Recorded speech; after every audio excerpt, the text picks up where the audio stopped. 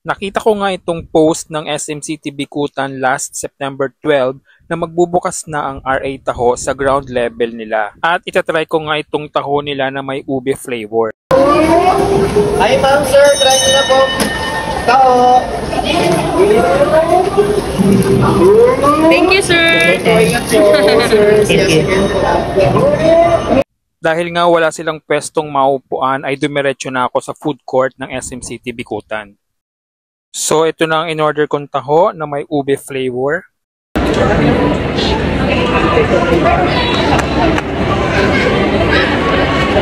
Meron din siyang melted cheese as their toppings. Kailangan pa nating i-mekus-mekus para mahalo ang ube flavor sa in-order nating taho. Pagkatapos kong ang halu-haluin ang in-order kong ube taho, ay titikman na natin kung approve sa ating panlasa. Pagpasensyahan nyo na dahil may singaw ako dito kaya hindi ako makapagsalita. Sa lagayan nga nila ay meron pang nakalagay na Bible verse na nakasulat, "He hath made everything beautiful in His time." Tugma ito para sa akin. Few moments later. Matapos ko ngang matikman ang ube flavor ng RA Taho, ay naisipan ko namang maghanap ng maiinom dito sa loob ng SM Bikutan. At nakita ko nga itong isang coffee shop na matatagpuan pa rin sa ground floor ng SM City Bikutan. Ang But First Coffee. Siyempre, in-order ko pa rin dito ang paborito kong drinks, ang matcha latte.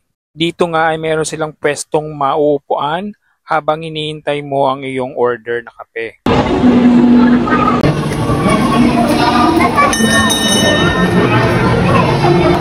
At ito na nga ang in-order kong matcha latte dito sa But First Coffee. Tara at tikman na natin ang in-order kong matcha latte at mag-umpisa na tayo mag-inarte-arte dito. Kapag wala talaga akong ginagawa sa bahay at nafe-feel ko na boring na, ay pupunta talaga ako dito sa SM City Bikutan para tumambay lamang. Di wow! Isa sa mga dahilan minsan kung bakit ako nandito sa SM City Bikutan ay para manood ng sine. At showing nga today ang Takli Genesis na isang sci-fi movie.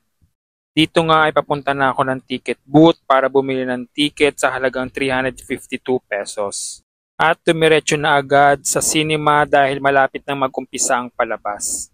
At chinek na nga ni Kuya ang aking ticket at inassist dito sa Cinema 2.